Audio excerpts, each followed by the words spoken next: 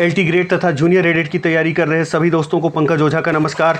दोस्तों, आ गया हूं आप सबके सामने एलटी ग्रेड और जूनियर एडेड से रिलेटेड कुछ मोस्ट इंपॉर्टेंट क्वेश्चंस लेके। दोस्तों, ये क्वेश्चन वही क्वेश्चन है जो आपके एग्जाम में आने की सबसे ज़्यादा संभावना है। एलटी ग्रेड वाले भी इन क्वेश्चंस को हल्के में ना लें। चार्ल्स लैम्ब आपके सिलेबस में है, उनका ड्रीम चिल्ड्रन है आपके सिलेबस में, ध्यान में रखें।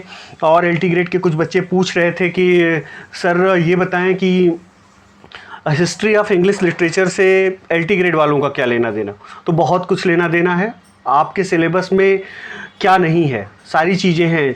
एपिक है, सोनेट है, और बाकी जितने भी लिटरेरी डिवाइसेस हैं, फिगर ऑफ स्पीच हैं, लिटरेरी टर्म्स हैं, और उनकी अपनी हिस्ट्री होती है। तो हिस्ट्री ऑफ इंग्लिश लिटरेचर आपको भी पढ़ना पड़ेगा। ये मैं बताऊंगा कि कहाँ आपके लिए इंपॉर्टेंट है, और क्वेश्चंस में मैं बताते भी चलता हूँ कौन एलटी के लिए इंपॉर्टेंट है, कौन एलटी जूनियर के लिए इंपॉर्टेंट है, कौन यूजीसी नेट के लिए इंपॉर्टेंट है। तो आइए देखते हैं। ये सीरीज जो है जूनियर एडेड वालों के लिए खास इंपॉर्टेंट है, क्योंकि उनके सिलेबस में साफ साफ मेंशन है ऑथर एंड देयर वर्क्स, और यही मेंशन है एलटी के सिलेबस में। बस फ़र्क ये है, कुछ वर्क्स को स्पेसिफाई कर दिया गया है एलटी में, कुछ रचनाओं को स्पेसिफाई कर दिया गया है। तो आइए देखते हैं पहला question without any further adieu. First question, Charles Lamb wrote his essays under the pen name.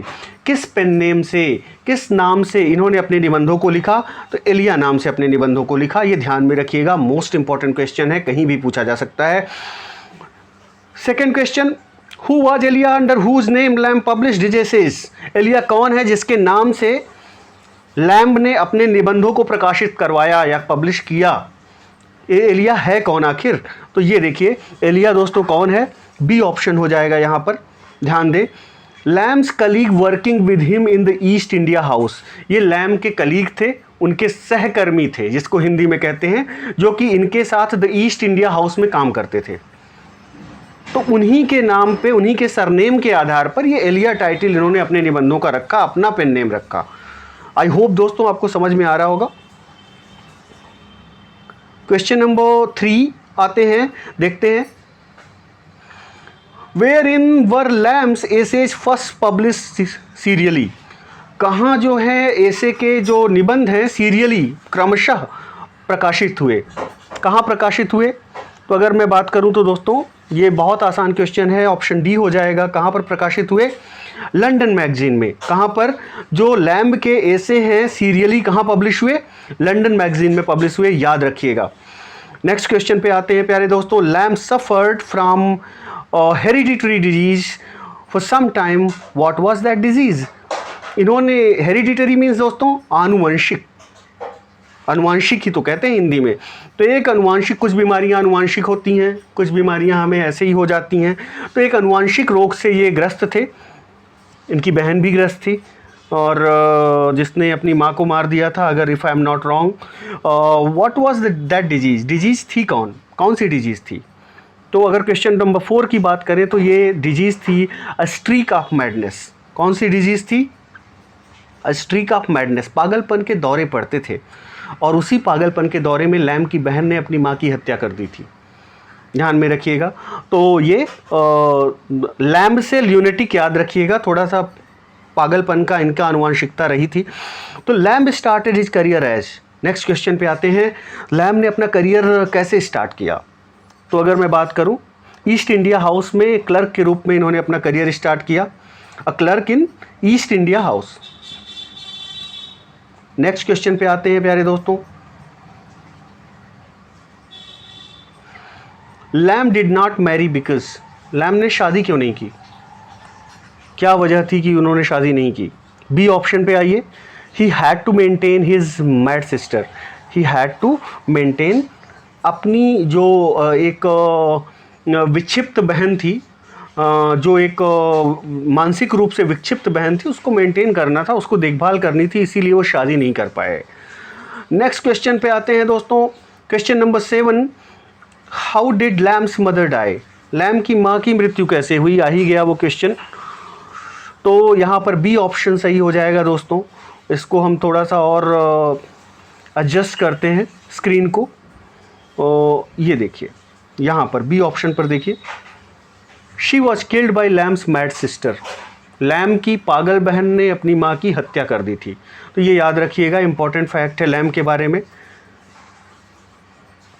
Next question पे आते हैं प्यारे दोस्तों। 7th क्वेश्चन हो गया। 8th क्वेश्चन पे आते हैं। 8th क्वेश्चन है,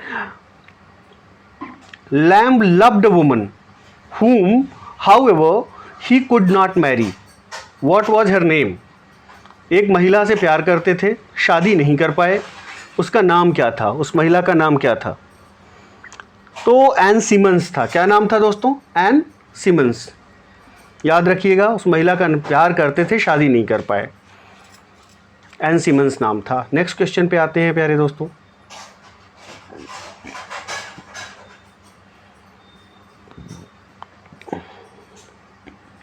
In which essay does Lamb make an indirect allusion to his frustration in love? कौन सी रचना में अप्रत्यक्ष रूप से इशारा करते हैं, अलूजन प्रकट करते हैं अपने फ्रस्ट्रेशन, जो प्यार में इन्हें निराशा हाथ लगी थी, किस रचना में उसका इनडायरेक्टली अप्रत्यक्ष रूप से जिक्र करते हैं? बताएं। क्वेश्चन नंबर 9th की अगर हम बात करें तो ड्रीम चिल्ड्रन हो जाएगा। LT ग्रेड वाले ध्यान रखें, डायरेक्टली सिलेबस में मेंशन है।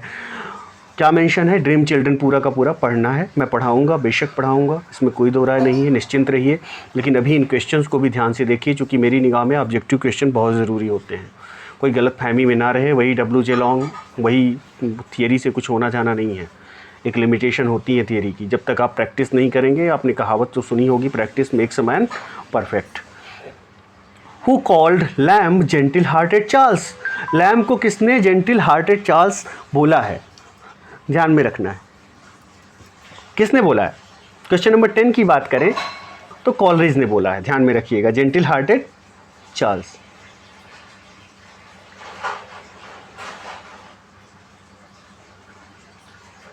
नेक्स्ट क्वेश्चन पे आते हैं, ये वाला question. It is the man Charles Lamb that constitutes the charm of his written words. It is the man Charles Lamb that constitutes the charm of his written words. कि मतलब ये Charles lamb भी थे जो कि constitute करते हैं, बनाते हैं अपने रिटन वर्ड्स में जो चार्म है, आकर्षण है, वो लैम्ब की वजह से है। उनके जो रिटन वर्ड्स हैं, लिखे हुए जो उनके शब्द हैं, उसमें जो चार्म है, जो आकर्षण है, जो अट्रैक्शन है, उनकी वजह से है, चार्ल्स लैम्ब की वजह से। ये किसने कहा? क्वेश्चन नंबर 11 की अगर बात करें दोस्तों तो ये कैनन एंगर का स्टेटमेंट है। डी ऑप्शन यहाँ सही हो जाएगा। इतना इंपॉर्टेंट नहीं है, आप इसको स्किप कर सकते हैं। नेक्स्ट क्वेश्चन पे आते हैं। Question number 12।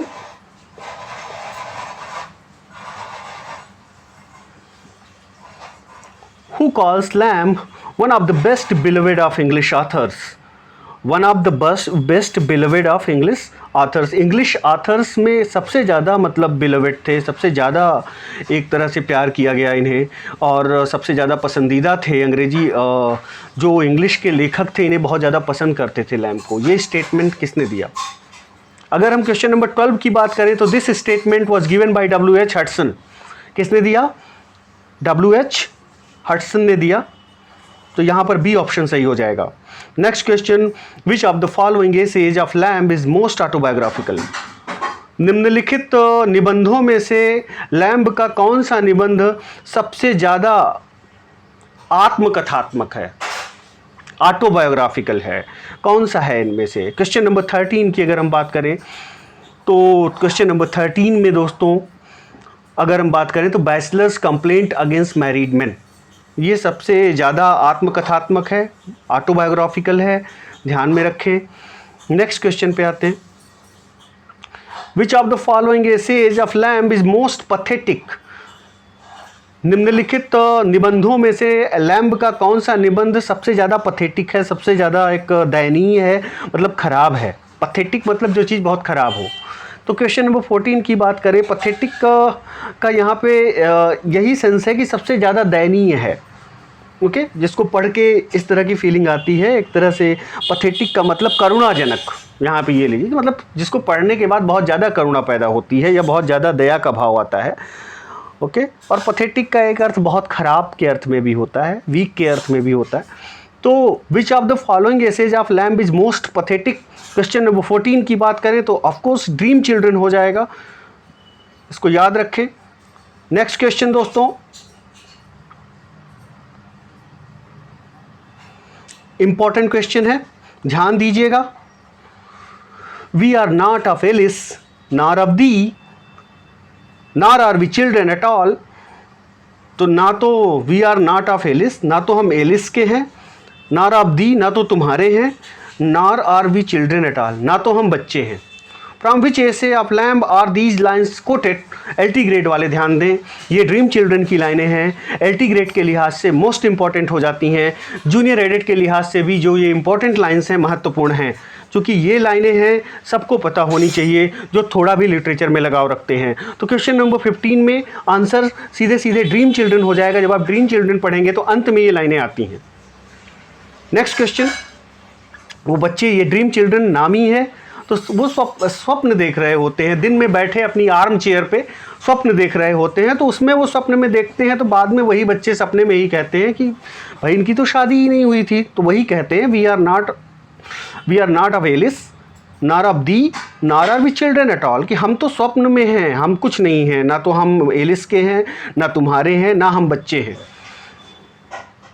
Next question, question number 16, most important question, LT point of view, junior aided point of view, LT के लिहाज से ज़्यादा इंपॉर्टेंट है। Question number 16, the children of Elia call Bartrum father.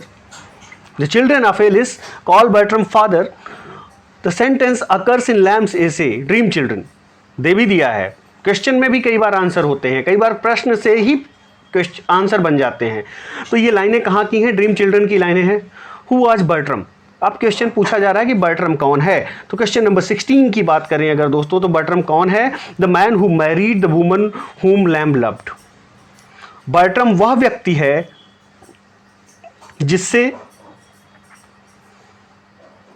The man who married the woman हुम lamb loved, वह व्यक्ति है जिसने उस महिला से शादी की जिससे लैम्ब प्यार करते थे। मतलब लैम्ब की प्रेमिका का पति है बर्ट्रम। ओके, तो इसका आंसर दोस्तों ए हो जाएगा।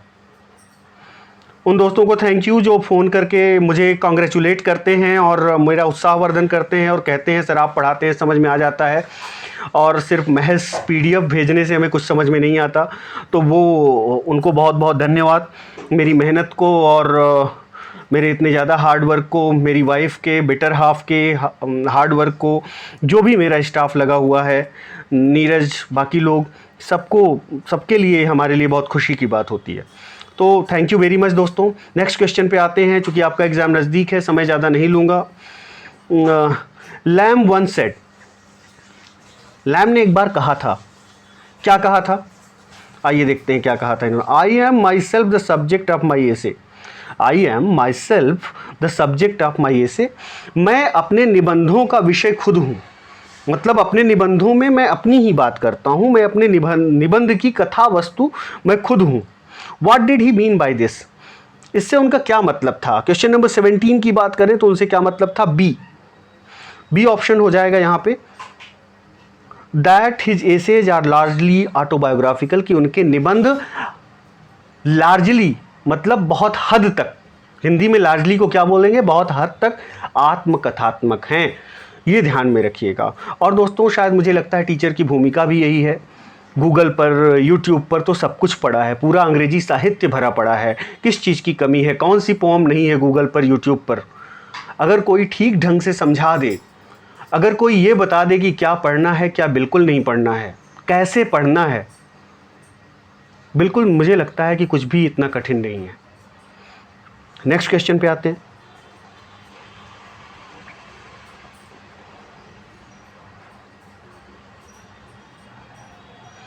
It is said that lamb smiled with one eye and wept with the other. Lamb के बारे में कहा जाता है कि एक आंख से तो ये मुस्कुराते थे और दूसरी आंख से रोते थे। Question number 18, It is said that lamb smiled with one eye and wept with the other. What does it mean? Option C is correct. Watch carefully. Option C, that there was a blending of humor and pathos in his essays. सम्मिश्रण था।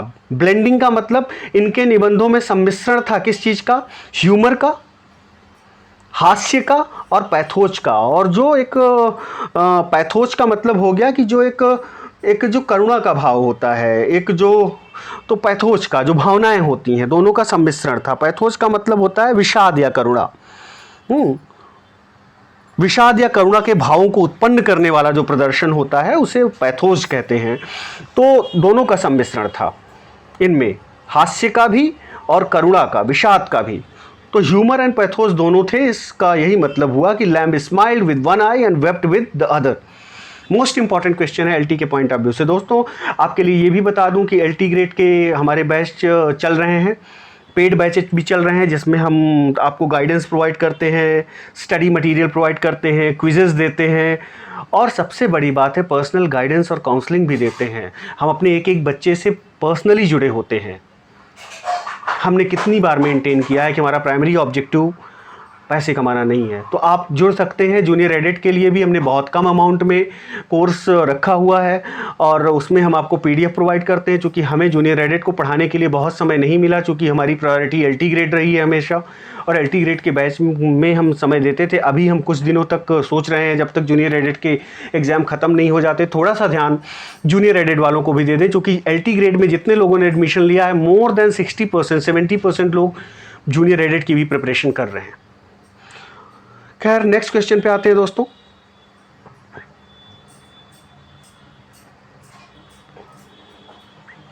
Lamb's memory will retain its fragrance as long as the best spice expended on the pharaohs. Who said this? Question number 19. तो question number 19 की अगर बात करें दोस्तों, Lamb's memory will retain its fragrance, मतलब अपने फ्रेगनेंस को, जो उनकी मेमोरी है, जो उनकी याददाश्त है, वो अपने फ्रेगनेंस को, अपनी महक को, अपनी खुशबू को मेंटेन रखेगी as long as the best spice expended on the Pharaohs. तब तक, कब तक? जैसे कि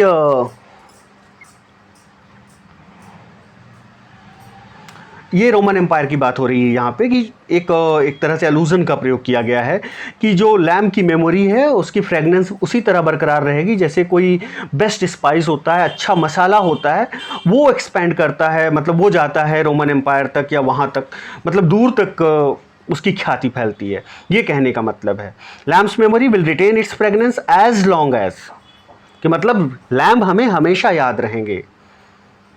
उसी तरह जिस तरह कोई अच्छा मसाला होता है तो वो दूर दूर तक बेचा जाता है या दूर दूर तक उसकी पहुंच होती है, अच्छा स्पाइस होता है, ये कहने का मतलब है। तो दोस्तों क्वेश्चन नंबर 19 में आंसर क्या हो जाएगा?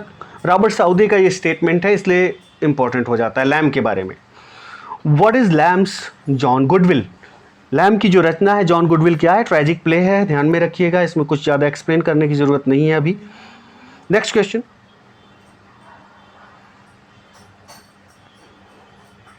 अगले प्रश्न की अगर हम बात करें, Lamb wrote tales from Shakespeare in collaboration with. Most important question, अगर मैं कहूं अभी तक जितने क्वेश्चन मैंने पढ़ाए सबसे ज़्यादा इंपॉर्टेंट है तो यही है। Lamb wrote tales from Shakespeare in collaboration with. किसके साथ कोलैबोरेट करके इन्होंने टेल्स फ्रॉम शेक्सपियर लिखा? किसके साथ मिलकर? कोलैबोरेट जब आप करते हैं मतलब किसी के साथ मिलकर कोई रचना लिखते हैं, तो किसके साथ कोलैबोरेट किया? मैरी लैम्ब के साथ। मैरी लैम्ब कौन थी इनकी? बताएं। सिस्टर थी, वही सिस्टर जो मैड हो गई थी, पागल होकर अपनी माँ की ही हत्या कर दी थी। Charles Lamb is best known for his, किस लिए जाने जाते हैं चार्ल्स लैम्ब? सबसे ज़्यादा किस लिए जाने जाते हैं? तो एसेज ऑफ एलिया के लिए सबसे ज़्यादा जाने जाते हैं, ध्यान में रखिएगा। एसेज ऑफ एलिया क्या है? Charles Lamb is best known for his essays of Elia. Essays of Elia क्या है? अभी आपको शुरू में बताया गया है एसेज ऑफ एलिया क्या है। एसेज ऑफ एलिया क्या है? कलेक्शन ऑफ एसेज है, जो कि एलिया नाम से निबंध लिखते थे, तो आपको मैंने बताया है it is a collection of essays written by Charles Lamb. Essay of Elia क्या है? संग्रह है, निबंध संग्रह है अगर हिंदी में बोले। It was first publish in book in 1823 if I am not mistaken. 1823 में पहली बार ये पब्लिश हुआ एसे ऑफ एलिया। सेकेंड वॉल्यूम भी इसकी आती है 1833 में, और इसकी थर्ड वॉल्यूम भी आती है जो कि मुझे अभी याद नहीं आ रही है, शायद लंदन मैगजीन में आती है लेकिन 3 वॉल्यूम इसके आते हैं। ओके, एसियाफेलिया के तो निबंध संग्रह है, अभी आप इतना याद रखिए। What is Lamb's Prince Dorus? Lamb की रचना प्रिंस डोरस क्या है? Question number 23। तो ये फेरी टेल है इन वर्स। क्या है? Fairy tale in verse. 23C जो प्रिंस डोरस क्या है? Fairy tale in verse. इनकी जो रचना है प्रिंस डोरस, याद रहेगा, फेरी टेल इन वर्स है।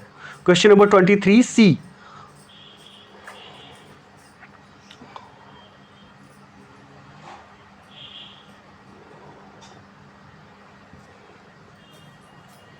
नेक्स्ट क्वेश्चन पे आते हैं। One of the following essays is written by Lamb, which one? 4 निबंध दिए गए हैं, कह रहा है इसमें से एक लैम्ब ने लिखे हैं, बताइए। तो क्वेश्चन नंबर 24 में बात करें तो क्राइस्ट हॉस्पिटल ये लैम्ब द्वारा लिखा गया है। नेक्स्ट क्वेश्चन पे आते हैं। One of the following essays is not written by Lamb, which one? निम्नलिखित निबंधों में से एक निबंध है जो लैम्ब द्वारा नहीं लिखा गया, इसमें से कौन सा है? My school and school masters, ये लैम्ब द्वारा नहीं लिखा गया है। मॉडर्न गैलेंट्री है, ओल्ड चाइना है, इम्परफेक्ट सिंपथीज है। दोस्तों ये लैम्ब पे हमारे 25 क्वेश्चंस खत्म होते हैं। थैंक्स टू द पब्लिकेशन, उपकार पब्लिकेशन, जिन्होंने मेरी इतनी हेल्प की। नेक्स्ट क्वेश्चन पे आते।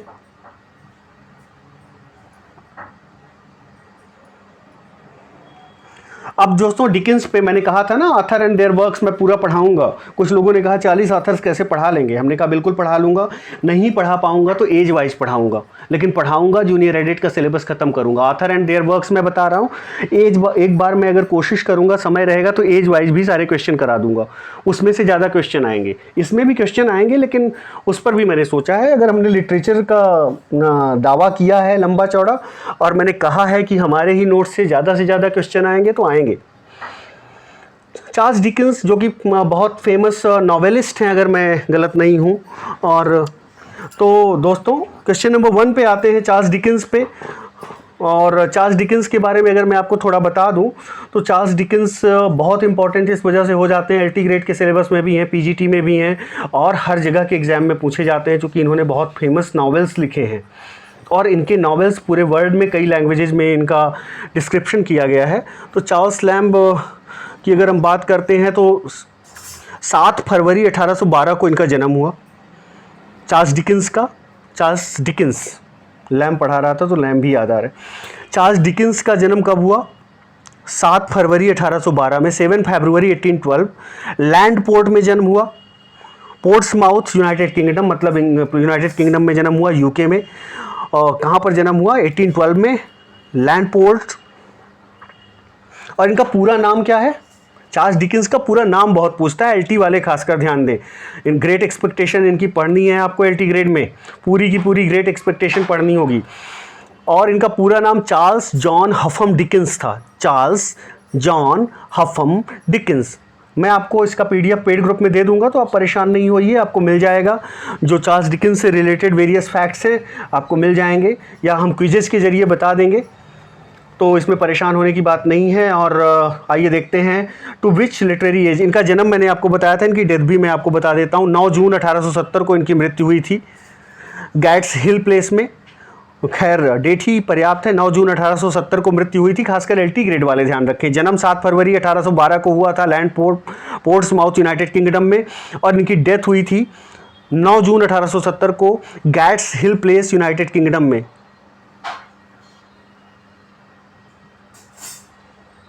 ओके, तो आइए चलते हैं आगे।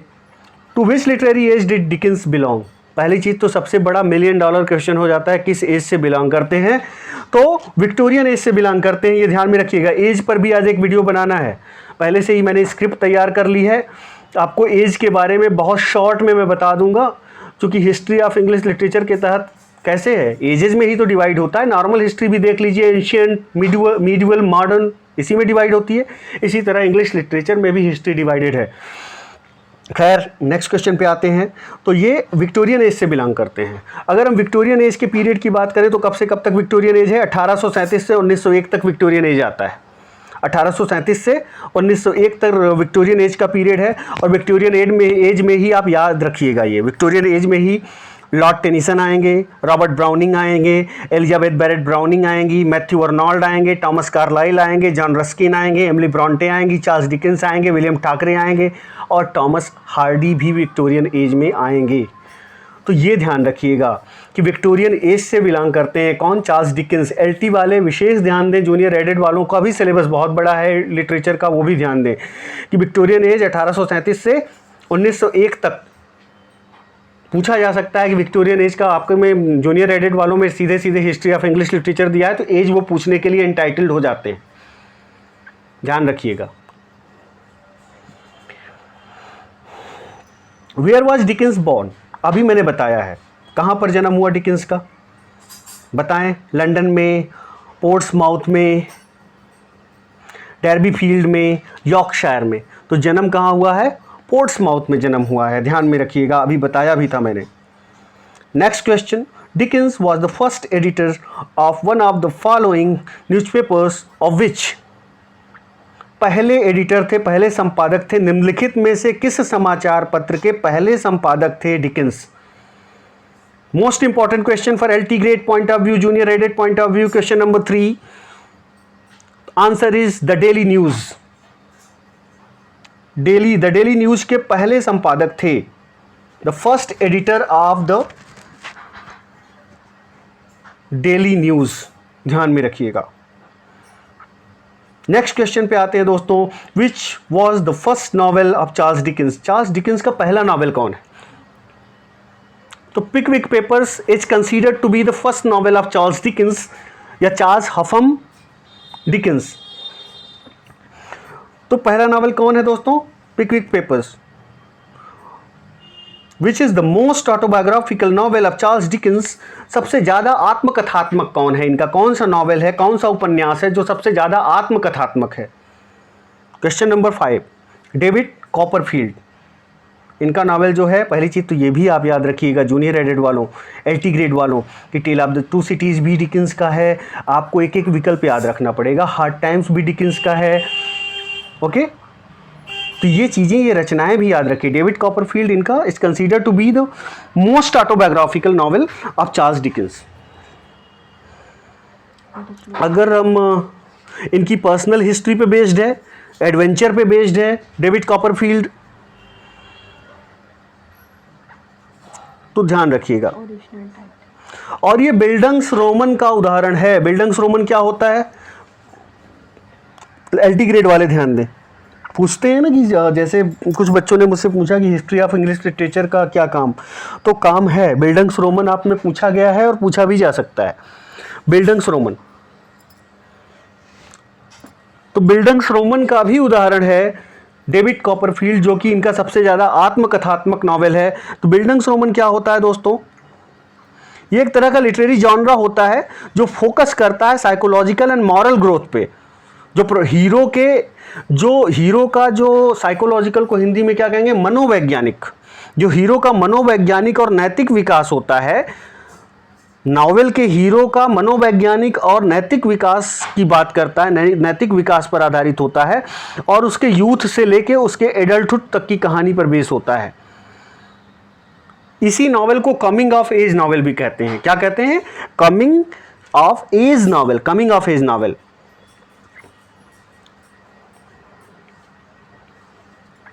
तो ये जर्मन टर्म है, ये भी ध्यान रखिएगा। बिल्डंग्स रोमन का उदाहरण है ये। बिल्डंग्स रोमन बेसिकली जर्मन शब्द है। तो डेविड कॉपरफील्ड इनका सबसे ज़्यादा आत्मकथात्मक है, बिल्डंग्स रोमन का उदाहरण है, ओके।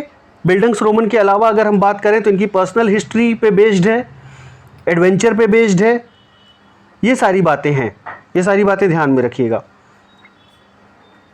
नेक्स्ट क्वेश्चन पे आते हैं।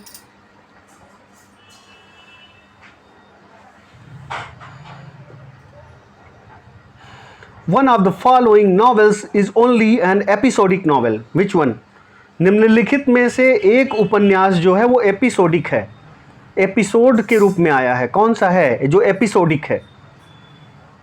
जैसे सीरियल में एपिसोड होता है, आज कौन सा एपिसोड है, आज कौन सा, तो एपिसोडिक नॉवेल है। कौन सा नॉवेल एपिसोडिक है? अगर क्वेश्चन नंबर 6 की हम बात करें तो एपिसोडिक नॉवेल है पिकविक पेपर्स। कौन सा है? Pickwick papers.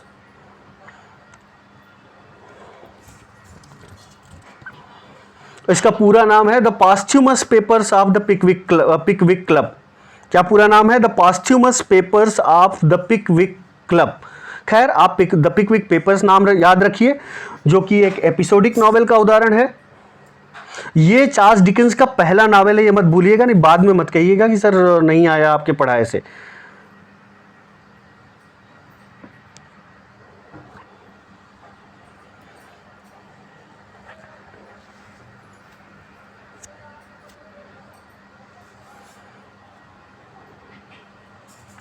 नेक्स्ट क्वेश्चन पे आते हैं दोस्तों।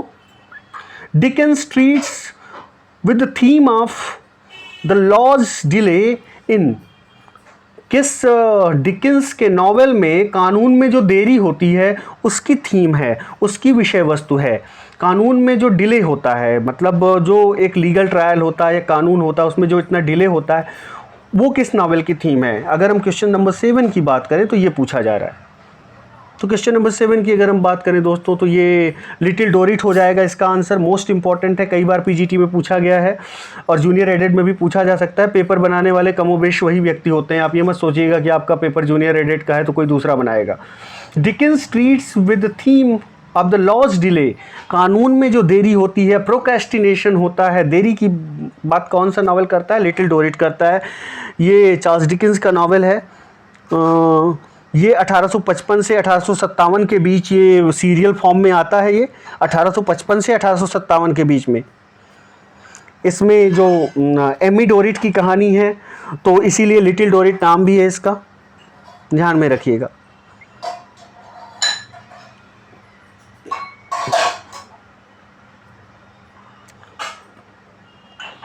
नेक्स्ट क्वेश्चन पे आते हैं दोस्तों।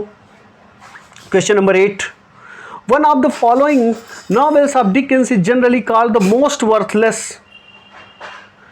निम्नलिखित में से कौन सा डिकेंस का नॉवेल है जो कि बिल्कुल खराब कहा जाता है, द मोस्ट वर्थलेस कहा जाता है? कौन सा ऐसा नॉवेल है? The child's history of England. कौन सा नॉवेल है? The child's history of England, ये वाला। नेक्स्ट क्वेश्चन पे आते हैं दोस्तों।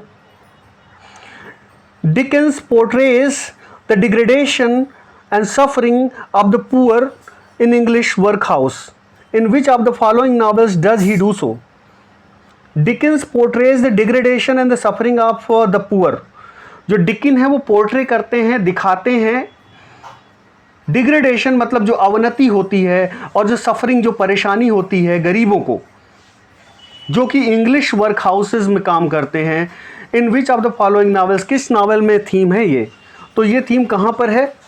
क्वेश्चन नंबर 9 की अगर हम बात करें तो ओलिवर ट्विस्ट में ये थीम है। कहाँ पर है? Oliver twist. तो इसकी थीम जो है गरीबों का जो अवनति है, जो गरीबों को परेशानी होती है, जो इंग्लिश वर्क हाउस में काम करते हैं, और उनके बारे में ओलिवर ट्विस्ट में बताया गया है। और इसका जो सबटाइटल है वो द पैरिश बॉयज प्रोग्रेस भी है। द पैरिश बॉयज प्रोग्रेस इसका सबटाइटल है ओलिवर ट्विस्ट का, ध्यान रखिएगा। ये चार्ल्स डिकेंस का सेकंड नॉवेल है, ये भी ध्यान रखिएगा। कौन सा नॉवेल है? सेकंड नॉवेल है। Oliver twist is the second novel of Charles Dickens, और ये भी सीरियल फॉर्म में आया 1837 से 1839 के बीच में। नेक्स्ट क्वेश्चन पे आते हैं प्यारे दोस्तों। Question number 10. Which of the Dickens novels deals with the life of a circus child named Sissy Jupe? कौन सा नॉवेल है डिकेंस का जो डील करता है life of a circus child, जो सर्कस में काम करने वाले एक बच्चे की लाइफ से को चित्रित करता है? कौन सा डिकेंस का ऐसा नॉवेल है जिससे उस बच्चे का नाम जो सर्कस में काम करता है क्या है? Sissy Jupe. कौन सा नॉवेल है? तो अगर क्वेश्चन नंबर 10 की बात करें तो वो नॉवेल हार्ड टाइम्स है।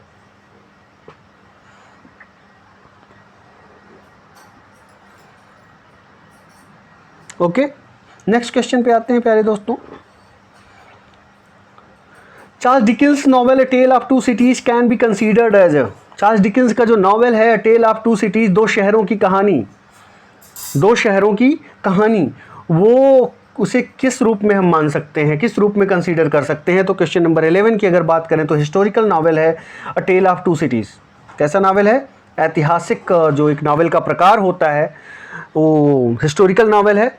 Basically friends, a tale of two cities is an 1859 historical novel by Charles Dickens set in London and Paris. दो शहरों का वर्णन है। कौन कौन से शहरों का वर्णन है इसमें?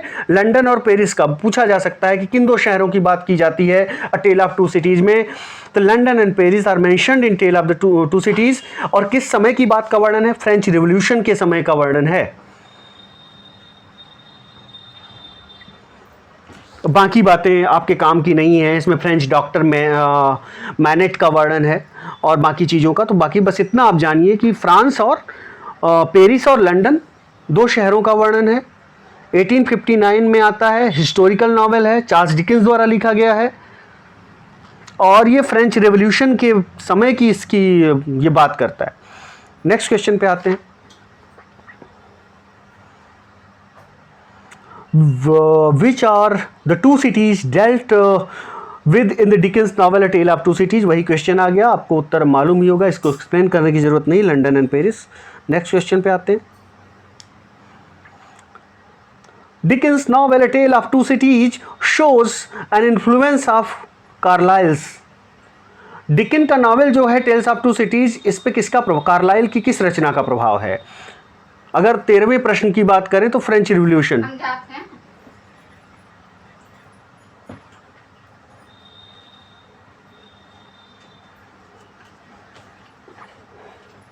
तो इस पे कार्लाइल की फ्रेंच रेवोल्यूशन का प्रभाव है। नेक्स्ट क्वेश्चन पे आते हैं। Dickens left one novel unfinished, which of these? एक नॉवेल पूरा नहीं हुआ था, मतलब पूरा नहीं हुआ था, अनफिनिश्ड रह गया था, वो कौन सा नॉवेल है? तो एडविन ड्रूड इनका अनफिनिश्ड रह गया था, ये भी अनफिनिश्ड नॉवेल भी पूछता है। नेक्स्ट क्वेश्चन पे आते हैं। Dickens said about one of the novels, एक अपने नॉवेल के बारे में डिकेंस ने कहा था, क्या कहा था? I like this the best. Which novel was he referring to? किस नॉवल की बात कर रहे हैं डिकेंस जिसमें कहते हैं कि मैं इस नॉवल को बहुत सबसे ज़्यादा पसंद करता हूँ? कौन से नॉवल की बात कर रहे हैं? तो डेविड कॉपरफील्ड की बात कर रहे हैं। किसकी बात कर रहे हैं? डेविड कॉपरफील्ड की। आत्मकथात्मक है। Charles Dickens characters are generally, question number 16 की अगर बात करें तो चार्ल्स डिकेंस के जो कैरेक्टर्स हैं, कैरेक्टर्स को कई कैटेगरी में डिवाइड किया जाता है।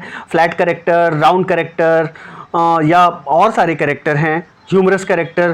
तो कौन से टाइप का कैरेक्टर है जो डिकेंस के नॉवेल्स में जनरली किस तरह के कैरेक्टर पाए जाते हैं? फ्लैट कैरेक्टर पाए जाते हैं।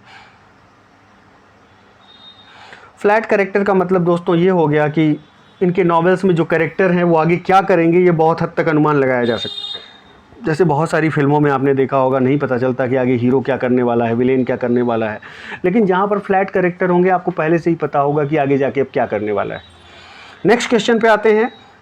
To which of Dickens novels a memorable character named Gradgrind figures?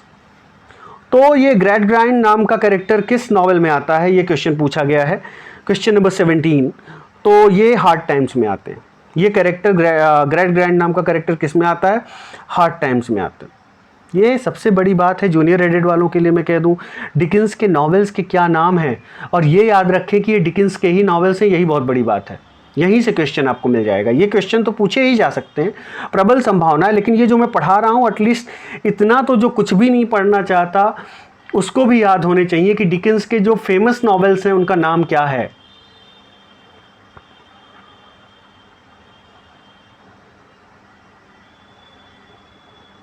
Next question,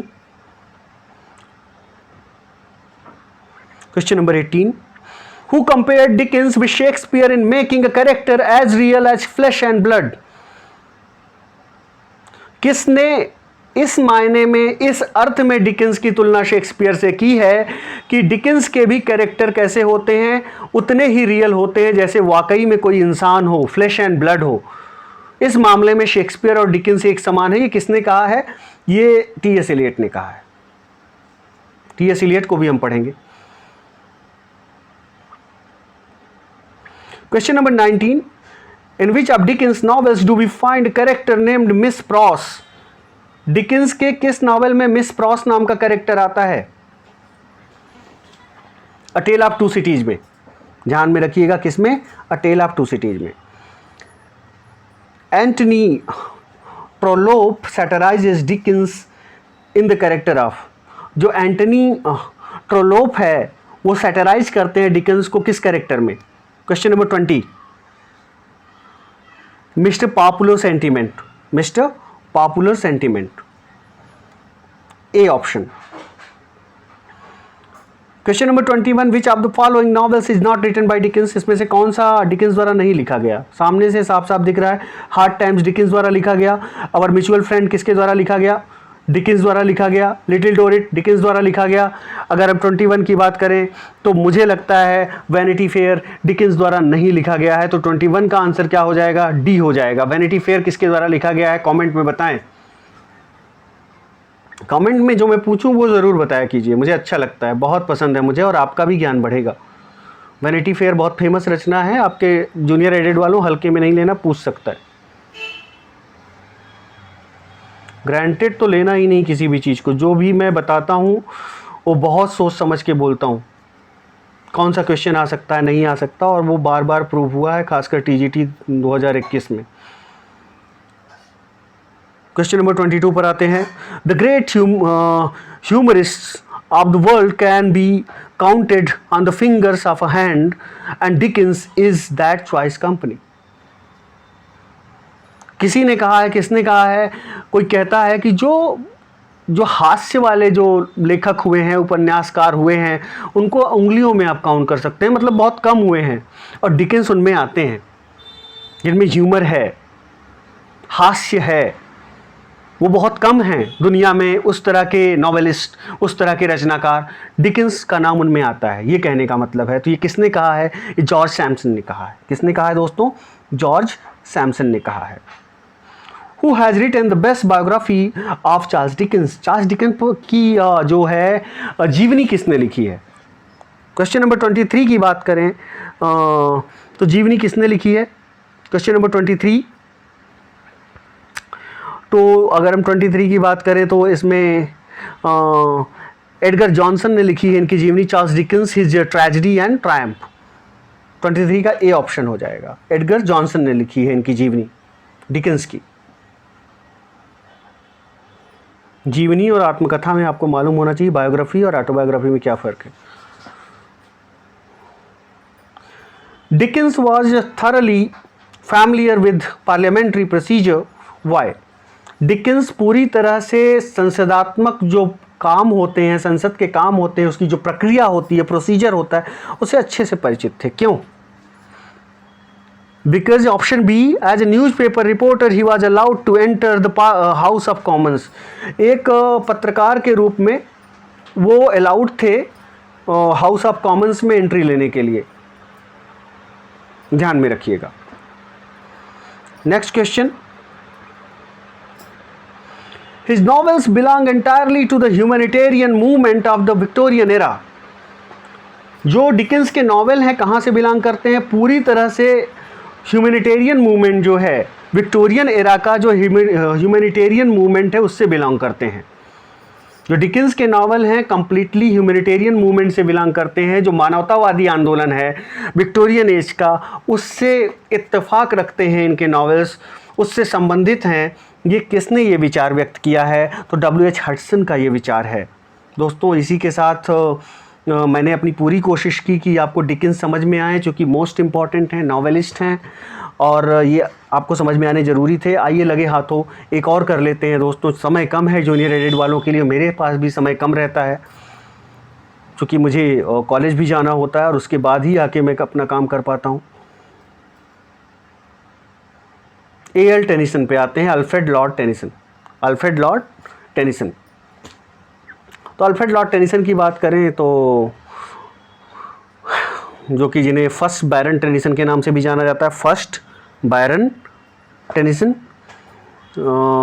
6 अगस्त 1809 को जन्म हुआ, और वही दिन, मतलब वही तारीख थी 6 अक्टूबर, बस 6 अगस्त था। मृत्यु की तारीख कौन सी थी? 6 अक्टूबर 1892 में मृत्यु हुई। 6 अगस्त 1809 को जन्म हुआ, 6 अगस्त 1809 को जन्म हुआ, और 6 अक्टूबर 1892 को डेथ हुई। इंग्लिश पोएट हैं, क्या हैं? इंग्लिश पोएट हैं, कवि हैं, और पोएट लॉरिएट भी हुए। हमने क्वेश्चन भी पूछा था, बहुत लोगों ने जवाब भी दिया।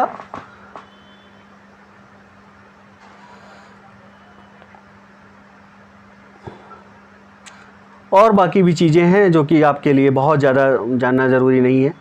विक्टोरिया के समय में थे, विक्टोरियन एज से बिलोंग करते हैं। और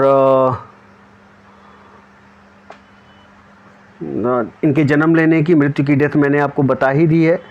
वेस्टमिनिस्टर अभी में इनको दफनाया गया था। और इनकी पत्नी का नाम था एमिली सेलवुड। क्या नाम था इनकी पत्नी का? एमिली सेलवुड। ध्यान में रखिएगा।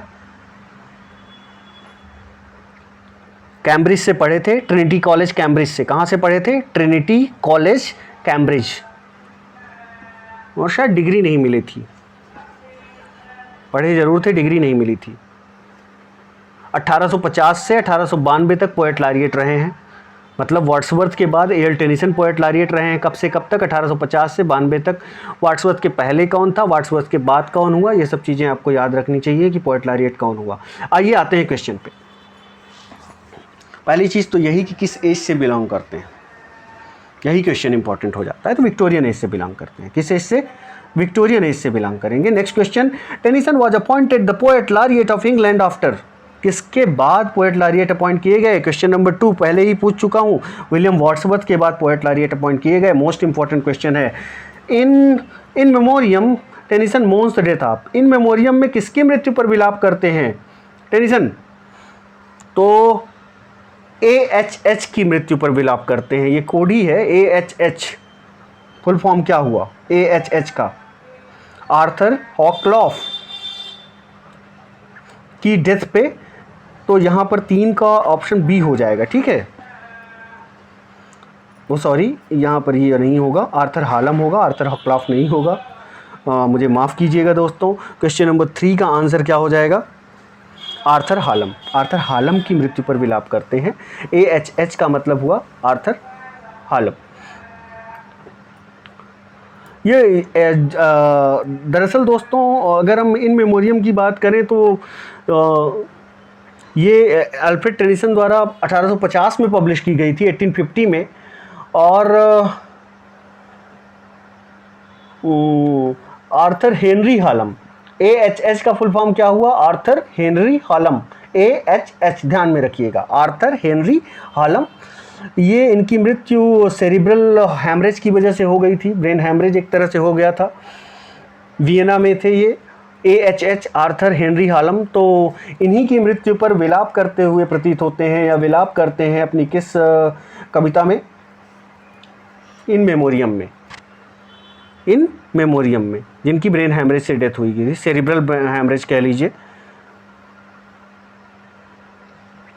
ओरिजिनल टाइटल दरअसल इन मेमोरियम का दूसरा था, the way of the soul था। ओरिजिनल टाइटल क्या था? The way of the soul. लेकिन बाद में इन मेमोरियम इसका टाइटल रखा गया। आगे देखते हैं।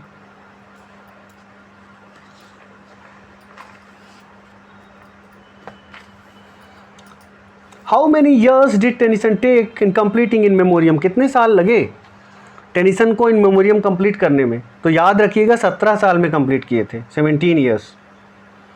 Next question, Tennyson Queen Mary's. Queen Mary क्या है, कैसी किस प्रकार की रचना है? क्वीन मैरी ड्रामा है, ध्यान में रखिएगा। Next question, what is Tennyson's mod? Tennyson की मॉड क्या है? मोनोड्रामा है। ये ड्रामा का ही एक प्रकार है, monodrama. Next question, the cup is a drama written by Tennyson. What type of drama it is, या what type drama is it? Question number 7, तो एक ट्रेजिडी है। द कप क्या है? एक ट्रेजिडी है। And may there be no moaning of the bar when I put out to sea. These lines occur in Tennyson's. And may there be no mourning of the bar. And may there be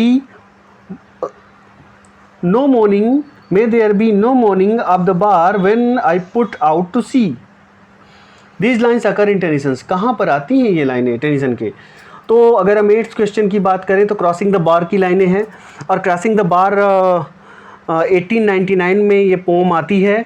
Alfred Lord Tennyson की line है।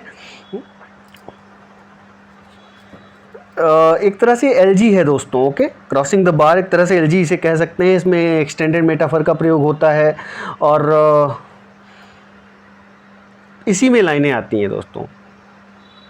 Sunset and evening star and one clear call for me and may there be no morning of the bar when I put out to C.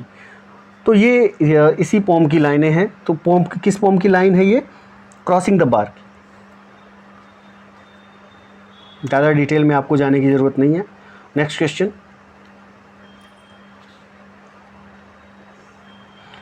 The theme of Tennyson's Idylls of the King is. Tennyson के Idylls of the King की theme क्या है? Question number 9, the story of King Arthur and his Round Table. Theme क्या है? The story of King Arthur and his Round Table. जो King Arthur की कहानी और उसका जो गोल मेज है, जो गोल मेज सम्मेलन है, उसके बारे में ये बात करती है। Idylls of the King, it was published between 1859 and 1885। Is a cycle of 12 narrative poems. Idylls of the Kings में कितनी पोम है? 12 नरेटिव पोम्स हैं। अल्फ्रेड लॉर्ड टेनिसन द्वारा लिखी गई हैं। अल्फ्रेड लॉर्ड टेनिसन का जन्म कब हुआ था? 1809 में। डेथ कब हुई? 1892 में हुई। पोएट लॉरिएट थे 1850 से। ये सारी चीज़ें याद रखिएगा, बार बार याद रखिएगा। 1859 में पब्लिश हुई इडिल्स ऑफ द किंग्स। कितनी पोम? अभी बताया हूँ। नेक्स्ट क्वेश्चन पे आते हैं प्यारे दोस्तों। Which of the following poems of Tennyson won him the Chancellor's Medal at Cambridge? कौन सी कविता है जिसके लिए चांसलर्स मेडल मिला इनको?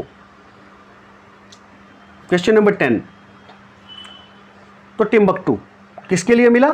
टिम्बकटू के लिए। एक कविता है टिम्बकटू, इसके लिए इन्हें चांसलर्स मेडल दिया गया।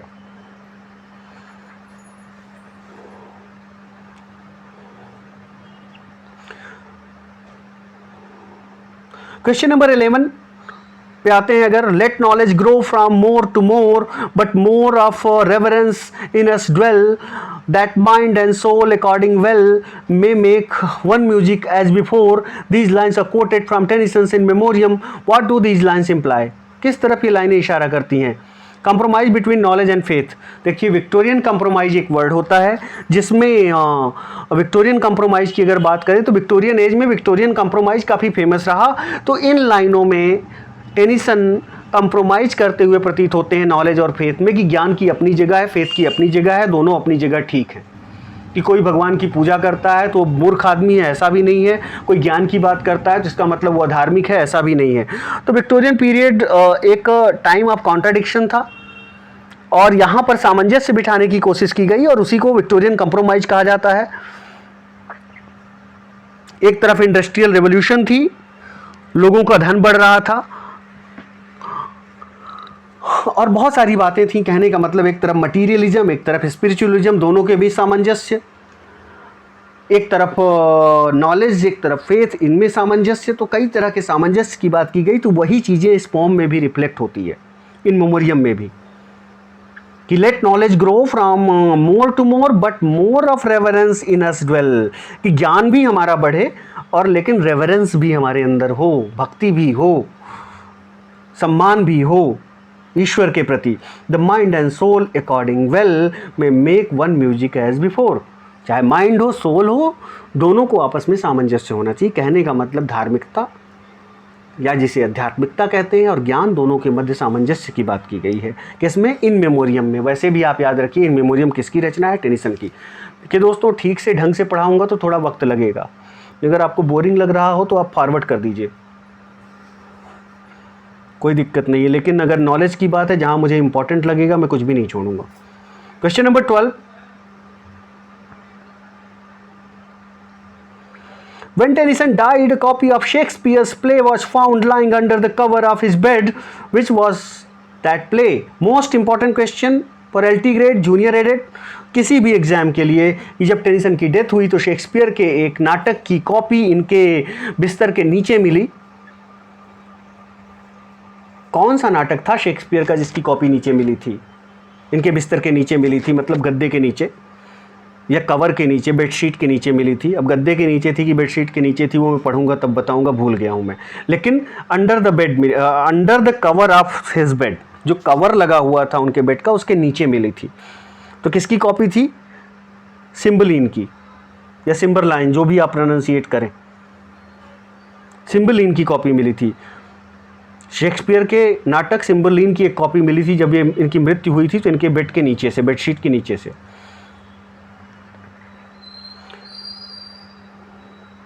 Queen Guinevere is a character in one of the following poems of Tennyson, in which of the following. Tennyson की एक कविता में क्वीन गिनेवर आती हैं, ये किस कविता में आती हैं? सीधे सीधे क्वेश्चन है। तो पासिंग ऑफ आर्थर में आती हैं। कहाँ, किस में आती हैं? पासिंग ऑफ आर्थर में आती हैं।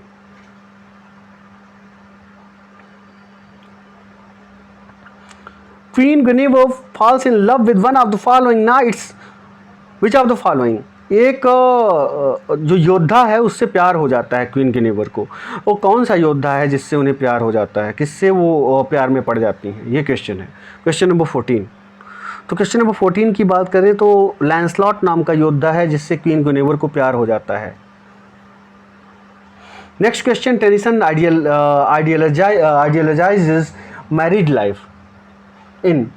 जो वैवाहिक जीवन है उसका आदर्शीकरण या उसको आदर्श के रूप में टेनिसन किस रचना में प्रस्तुत करते हैं? क्वेश्चन नंबर 15 की बात करें अगर तो किसमें है? Question number 15। क्वेश्चन नंबर 15 में आपका आंसर हो जाएगा अब मिलर्स डॉटर। अब मिलर्स डॉटर में आइडियलाइज करते हैं। क्वेश्चन नंबर 15 ये ध्यान में रखिएगा। क्वेश्चन नंबर 15 अच्छा क्वेश्चन है कि टेनिसन किस रचना में शादी को के आदर्श को बताते हैं या शादी के बारे में बताते हैं? तो ये हो जाएगा द मिलर्स डॉटर। विवाह का जो शादी का है उसका आदर्श रूप बताते हैं।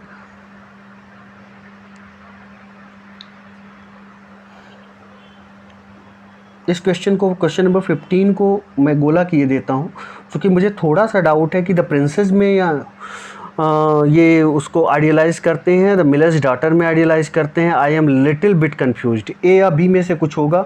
जो पीजीटी या जो अन्य एग्ज़ाम की तैयारी कर रहे हैं, एलटी ग्रेड की तैयारी कर रहे हैं, वो हमें बताएंगे कि इसमें कौन सा उत्तर सही होगा।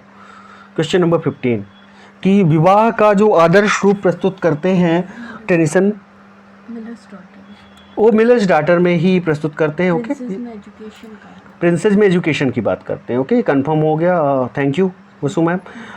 तो इसमें तो मिलर्स डॉटर में विवाह के आदर्श को प्रस्तुत करते हैं और द प्रिंसेस में एजुकेशन की बात करते हैं। तो आप कंफ्यूज मत होइएगा, कंफर्म हो गया ये। नेक्स्ट क्वेश्चन पे आते हैं दोस्तों।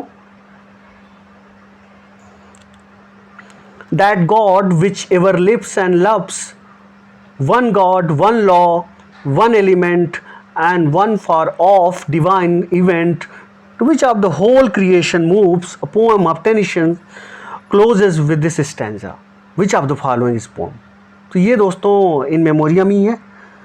That God which ever lives and loves, वो ईश्वर which ever lives and loves, one God, one law, one element, एक ईश्वर, एक कानून, एक तत्व, and one far off divine event to which the whole creation moves. मतलब एक ही है। ईश्वर के एकात्मवाद की बात कहीं ना कहीं कर रहे हैं कि सब चीज़ एक ही में समाया हुआ है, ऐसी कुछ बात कर रहे हैं। क्वेश्चन नंबर 16 की बात करते हैं तो ये लाइनें कहाँ की हैं दोस्तों? क्वेश्चन नंबर अगर हम 16 की बात करें तो ये लाइनें इन मेमोरियम की हैं। कहाँ की हैं? इन मेमोरियम की हैं। नेक्स्ट क्वेश्चन पे आते हैं। Dear is the memory of our wedded lives, and dear the last embraces of our wives and their warm tears, but all hath suffered change. Dear is the memory of our wedded lives, कि जो हमारा वैवाहिक जीवन है उसकी याद जो है बहुत सुंदर है। And dear the last embraces of our wives, कि जो वाइफ्स का आलिंगन है, उनका लास्ट आलिंगन है वो भी बहुत अच्छा है। एंड देयर वार्म टीयर्स, और उनके जो आंसू हैं, जो इमोशन है वो भी बहुत अच्छे हैं। But all has suffered change, लेकिन हर कुछ बदल जाना है। परिवर्तन प्रकृति का नियम है। लोटस ईटर्स में की ये लाइनें हैं। लोटस ईटर्स की लाइनें हैं। एक पोम है अल्फ्रेड लॉर्ड टेनिसन की, जिन्हें फर्स्ट बैरन भी कहा जाता है, फर्स्ट बैरन टेनिसन भी कहा जाता है। कब पब्लिश हुई?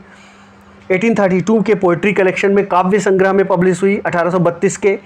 तो ये लोटस ईटर्स टेनिसन की रचना है, ये खासकर ध्यान रखिएगा। मुझे मालूम है इतना समय नहीं है कि आपको ये लाइनें याद होंगी, और मुझे नहीं लगता कि जूनियर एडिट में लाइनें पूछेगा, लेकिन बस इतना आपको बताने का उद्देश्य है कि लोटस ईटर्स टेनिसन की रचना है, ये अभी आप ध्यान में रखिए। Next question, Tennyson has written a poem on the tomb of a Mughal emperor. एक कविता इन्होंने एक मुगल एम्परर पे भी लिखी, उसके टूम पे लिखी, उसके टूम पे। तो उसको टूम को हिंदी में क्या बोलेंगे, कब्र या टूम जो उठा हुआ पार्ट होता है, शायद उसे टूम कहते हैं। तो टूम पर लिखी एक मुगल है, उस किस मुगल एम्परर के टूम पे लिखी इन्होंने कविता? मकबरा जो होता है, टूम होता है, किस पे लिखी है, क्वेश्चन ये है। तो किसके टूम पे लिखी है? औरंगजेब के टूम पे लिखी है, ध्यान में रखिएगा। तो ऑप्शन क्या हो जाएगा, आंसर क्या हो जाएगा आपका? Aurangzeb, Aurangzeb. Next question, Tennyson has written a poem on a city of India. एक शहर के बारे में भी भारत के लिखा है, और वो शहर है नवाबों का शहर लखनऊ। नवाबों का शहर लखनऊ, मुस्कुराइए आप लखनऊ में हैं। The only knight of the round table who remains alive after the passing of Arthur. Next question है, the only knight of the round table who remains alive after the passing of the Arthur. जो passing of the Arthur मतलब Arthur के गुजर जाने के बाद वो कौन सा नाइट है, योद्धा है, जो कि जिंदा रहता है, जीवित रहता है, वो कौन सा है? तो वो कौन है? बेडीवेयर। कौन सा नाइट है? आंसर हो जाएगा Bedivere. The only knight of the round table who remains alive after the passing of Arthur.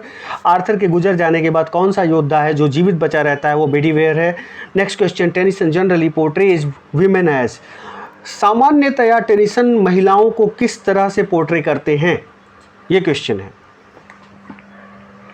Gentle and refined, महिलाओं को कैसे प्रेजेंट करते हैं? इनकी निगाह में महिलाएं कैसी हैं? साधारण होती हैं और सोफिस्टिकेटेड होती हैं। उनको कहाँ पर कैसे व्यवहार करना है, कहाँ पर किस सलीके से व्यवहार करना है, कैसे उठना है, कैसे बैठना है, कैसे बोलना है, क्या पहनना है, कैसे पहनना है, कहाँ पर कैसे बात करनी है, ये चीज़ उन्हें बहुत अच्छे से मालूम होती है। तो जेंटिल एंड रिफाइंड का मतलब ये हो गया। जो टेनिसन प्रेजेंट करते हैं महिलाओं की छवि, वो बहुत सोफिस्टिकेटेड रूप में प्रेजेंट करते हैं महिलाओं की छवि, जेंटिल एंड रिफाइंड के रूप में। ये इंपॉर्टेंट क्वेश्चन था, इसलिए मैंने इतना टाइम दिया इस पे। Next question, Tennyson's Enoch Arden is. जो इनका इनोक ऑर्डन है वो क्या है? नरेटिव पोम है, ध्यान रखिएगा। Next question, for men may come and men may go, but I go on forever. From which poem are these lines quoted? लोग आते हैं, लोग जाते हैं, लेकिन मैं हमेशा कंटिन्यू रहता हूँ, चलता रहता हूँ। द ब्रुक की लाइनें हैं, इनकी पोम है द ब्रुक, जिससे ये लाइनें ली गई हैं। नेक्स्ट क्वेश्चन पे आते हैं दोस्तों। नेक्स्ट क्वेश्चन है, king Cophetua is a character in. तो बेगर मेड में, द बेगर मेड में ये कैरेक्टर आता है, the beggar maid. Next question, there she weeps by night and day, a magic web with colours gay, she has heard whisper say, a curse is on her if she stay. कहाँ से ये लाइनें ली गई हैं? तो ये लाइनें द लेडी ऑफ शैलेट से ली गई हैं, ध्यान में रखिएगा। अभी फ़िलहाल के लिए आप इतना ध्यान में रखिए, the lady of chalet Alfred Lord Tennyson की रचना है। अभी आपको इतना ध्यान रखना है कि लेडी ऑफ शैलेट एक लिरिकल बैलेड है। इनफैक्ट क्या है? लिरिकल बैलेड है। किसके द्वारा लिखा गया है? अल्फ्रेड टेनिसन द्वारा लिखा गया है। और किससे ये इंस्पायर्ड है? 13वीं सेंचुरी का कोई प्रोज है, उससे इंस्पायर्ड था, जहाँ तक मुझे याद आ रहा है उसी से इंस्पायर्ड है। तो अभी ज़्यादा इसमें जानने की ज़रूरत नहीं है, बट लेडी ऑफ शैलेट एक लिरिकल बैलेड है, और जो क्या है, टेनिसन की रचना है। अभी इतना याद रखिए। नेक्स्ट क्वेश्चन पे आते हैं दोस्तों। चूँकि ये रचना बहुत फेमस रचनाओं से ये लाइन है, इसलिए लाइन भी पढ़ देते हैं। आप सिर्फ अभी रचना याद रखिएगा जूनियर एडेड वालों। अगर आप पीजीटी की तैयारी नहीं कर रहे हैं, तो पीजीटी की तैयारी कर रहे हैं तो आपको ज़रूर ये लाइनें भी याद रखनी चाहिए। लेकिन अभी जूनियर एडेड के हिसाब से बस इनकी रचनाएं याद रखिए, या कुछ जो फेमस रचना है उसकी थीम भी आपको याद रखनी पड़ेगी। उसके कैरेक्टर्स भी आपको याद रखने पड़ेंगे। Cannons to right of them, cannons to left of them, cannons in front of them, volleyed and thundered. From which poem are these lines quoted? Question number 26. Charge of the Light Brigade से ये लाइनें ली गई हैं, बहुत famous work है A L. Tennyson का, याद रखिएगा। Charge of the Light Brigade किसकी रचना है? ए.एल. टेनिसन की रचना है। Next question, we have but faith we cannot know, for knowledge is of things we see, and yet we trust it comes from thee. A beam of darkness let it grow. From which poem are these lines quoted? In memoriam की लाइनें हैं जहां उन्होंने knowledge और faith में संबंध बताया है या एक सामंजस्य बिठाने की कोशिश की है। तो इन मेमोरियम याद रखिएगा, बहुत फेमस वर्क है। Next question, how many parts are there in Maud a monodrama? कितने पार्ट्स हैं? 28, 3 पार्ट्स हैं। कितने पार्ट्स हैं? 3 parts. Next question, question number 29. The old order changes, yielding place to new, and God fulfills himself in many ways, lest one good custom should corrupt the word. From which poem are these lines quoted? ये line भी important है, ये line भी आ सकती है, इसको ध्यान में रखिएगा। अभी तक मैंने नहीं कहा कि ये लाइन इंपॉर्टेंट है, आ सकती है, ये वाली लाइन आ सकती है, क्योंकि ज़्यादातर लोगों ने अगर अभी एनसीईआरटी पैटर्न पे हो गया, नहीं तो यूपी बोर्ड में ये लाइनें थीं। तो पासिंग ऑफ आर्थर की लाइनें हैं, और इसमें यही बताया गया है कि जो पुरानी चीज़ें ख़त्म होती हैं, जो पुरानी यूजलेस परंपराएं ख़त्म होती हैं, नई आती हैं, और कई बार हमें पुरानी चीज़ों को जो ज़रूरी है उन्हें अक्षुण्ण रखना पड़ता है, कई बार उन्हें त्याग के नई चीज़ों को अपनाना पड़ता है। ये कहने का मतलब है। तो ये कहाँ से ये लाइनें ली गई हैं? द पासिंग ऑफ आर्थर से। किसके द्वारा लिखी गई है? ए.एल. टेनिसन द्वारा लिखी गई है। तो नेक्स्ट क्वेश्चन पे आते हैं दोस्तों। ये लास्ट क्वेश्चन है, but not the least, last question of AL. Tennyson. अभी आपको और बताऊंगा। हाँ, man for the field and women for the hearth, man for the sword and for the needles she, man with the head and the woman with the heart, man to command and woman to obey. From which poem are these lines quoted? The Princess से ये लाइनें ली गई हैं, ध्यान में रखिएगा। अच्छा दोस्तों, अभी इस बाद में मैं और बाकी पढ़ा दूंगा, और ये चीज़ें आप अभी तक देख लीजिए। बाकी के जो बचे हुए आर्थर एंड इट्स वर्क है, इसको मैं बाद में पढ़ाऊँगा। प्रिंसेस है, प्रिंसेस के बारे में आपको बता देता हूँ। ये एक तरह से सीरियो कॉमिक ब्लैंक वर्स है, नरेटिव पोएम है, ब्लैंक वर्स में लिखी गई है ए.एल. टेनिसन द्वारा। 1847 में पब्लिश हुई। कब पब्लिश हुई? 1847 में। टेनिसन पोएट लॉरिएट रहे हैं, ये भी ध्यान रखिएगा। 1850 से कब तक? 1850 से 1892 तक, यही चीज़ें पूछी जाएंगी। कब से कब तक पोएट लॉरिएट रहे, इनके पहले कौन था, इनके बाद कौन हुआ। तो इसमें जो प्रिंसेस है, इसमें एक प्रिंसेस की कहानी बताई गई है, एजुकेशन के बारे में, महिलाओं के एजुकेशन से संबंधित है। ये शॉर्ट में ध्यान रखिएगा। तो दोस्तों अभी यहीं तक रहने देते हैं, नहीं तो बहुत ज़्यादा हो जाएगा, वीडियो बड़ा हो जाएगा, आपको भी इंटरेस्ट नहीं आएगा, बोरिंग लगने लगेगा, और उसमें मेरा नुकसान नहीं, आपका नुकसान फिर ज़्यादा होगा, आप मन लगा के पढ़ोगे नहीं। तो दोस्तों यहीं तक रखते हैं, आगे के क्वेश्चंस लेके मैं फिर आऊँगा जैसे ही मुझे मौका मिलेगा।